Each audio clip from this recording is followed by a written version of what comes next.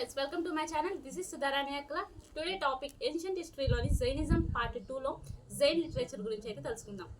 ఎలా అయితే మనం వేదిక్ సివిలైజేషన్ వేదిక్ లిటరేచర్ ని వేదాస్ గా అంటామో అలానే జైన్ లిటరేచర్ లో ఆగమాస్ అంటాము. ఆగమాస్ కి ఇచ్చే ఎక్స్ప్లెనేషన్ ని నాన్ ఆగమాస్ అంటాము. అండ్ ఇవి టోటల్ గా 46 పార్ట్స్ గా అయితే డివైడ్ చేశారు. వాటిలో 12 అంగాలు, 12 ఉప అంగాలు, 10 పరికరణాలు అండ్ 6 ఛేద సూత్రాలు, 4 మూల సూత్రాలు, 2 సూత్ర గ్రంథాలు అయితే ఉన్నాయి. వీటిని అర్ధమాగధ అనే లిపిలో రచించారు. ఈ అర్ధమాగధ అనేది ప్రాకృత లాంగ్వేజ్లో ఒక ఫామ్ అని చెప్తారు. అండ్ మనకి తెలిసిన తీర్థంకరాల బయోగ్రఫీని మనం కల్ప సూత్రాలుగా చెప్తారు. అండ్ నెక్స్ట్ వచ్చేసరికి స్ప్రెడ్ ఆఫ్ జైనిజం. జైనిజం అనేది ఎలా స్ప్రెడ్ అయిందో ఇప్పుడు తెలుసుకుందాం. 4th సెంచరీలో ఇదైతే ఒడిస్సా అంటే అప్పటి కళింగ రాజ్యంలో అయితే ప్రచారం చేయడానికి వెళ్ళారు.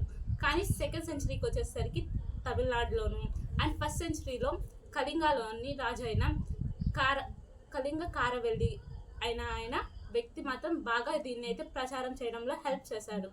అండ్ నెక్స్ట్ వచ్చేసరికి స్ప్లిట్ ఆఫ్ జైనిజం. జైనిజం అనేది ఎలా స్ప్లిట్ అయిందో ఇప్పుడు తెలుసుకుందాము.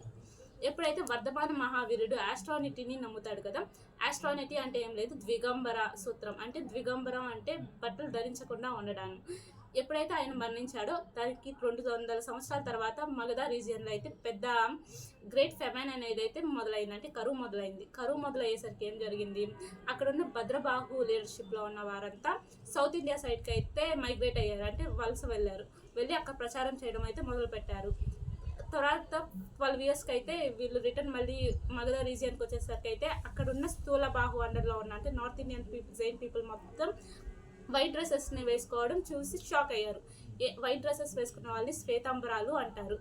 ఏంటి ఇలా ఎందుకు చేశారు అని చెప్పి క్వశ్చన్ చేసేసరికి వాళ్ళు ఇలా మేమైతే వెళ్ళి కష్టపడి ఇన్ని సంవత్సరాలు బయట ఉన్నా కూడా ఏం చేయకుండా మా రూల్స్ని అయితే ప్రిన్సిపల్స్ని ఫాలో అయ్యాం, మీరు ఎందుకు ఫాలో అవ్వలేదంటే అప్పుడు ఫస్ట్ కౌన్సిల్ ఆఫ్ జైనిజం అయితే జరుగుతుంది.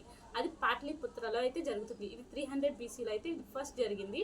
అప్పుడు స్థూలబాహు అండర్లో అయితే ఈ కౌన్సిల్ అయితే స్టార్ట్ అయింది. అక్కడ ఏం జరిగింది, ఇక్కడ మిగతా వాళ్ళు ఉన్నారు కదా, భద్రబాహు అండర్లో ఉన్న వాళ్ళందరూ అయితే దీన్ని బాయ్కాట్ చేశారు. అప్పుడే ఇక్కడ 2 sets ఆఫ్ పీపుల్ని అయితే క్లాసిఫై చేశారు. వాళ్ళు ఒక ద్విగంబరాలు అండ్ శ్వేతాంబరాలు. ద్విగంబరాలు వచ్చేసరికి బట్టలు లేకుండా దుస్తులు లేకుండా ఉండేవాళ్ళు. అండ్ శ్వేతాంబరాలు అంటే శ్వేత అంటే వైట్ కదా, వైట్ దుస్తులు ధరించే వాళ్ళని శ్వేతాంబరాలుగా క్లాసిఫై చేశారు.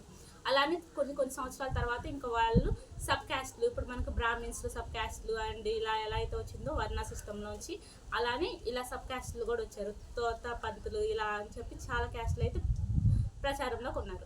Next councils of Jainism. జైనిజంలో 2 కౌన్సిల్స్, టోటల్గా 2 కౌన్సిల్స్ అయితే జరిగాయి. ఫస్ట్ కౌన్సిల్ ఆల్రెడీ చెప్పుకున్నాం మనం, 300 సెంచరీలో అయితే ఫస్ట్ కౌన్సిల్ పాట్లీపుత్ర అంటే ఇప్పుడున్న పాట్నా, బీహార్ క్యాపిటల్ ఉంది కదా, అక్కడైతే జరిగింది under the leadership of Sthulabhadra. And second వచ్చేసరికి మనకి గుజరాత్ స్టేట్లోని వల్లభి అనే ప్రాంతంలో అయితే జరిగింది. దీంట్లోనే మనకి 12 books ఉన్నాయి కదా, అంగాసు, ఇవైతే రాయడం, ఇవి సాక్రెడ్ బుక్స్ ఆఫ్ జైనిజంగా చెప్తారు. వీటిని అయితే రచించడం జరిగింది. That's all for today friends.